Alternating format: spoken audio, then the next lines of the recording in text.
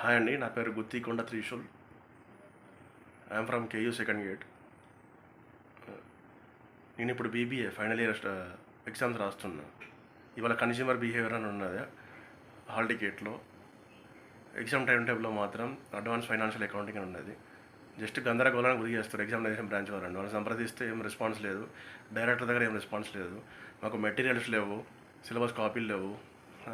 Exam papers valuation ఏమో professors కాకుండా మన చదువురాని వాళ్ళు, విద్యార్హత లేని వాళ్ళు కరెక్షన్ చేస్తున్నారని తెలిసింది మాకు ఇన్ఫర్మేషన్.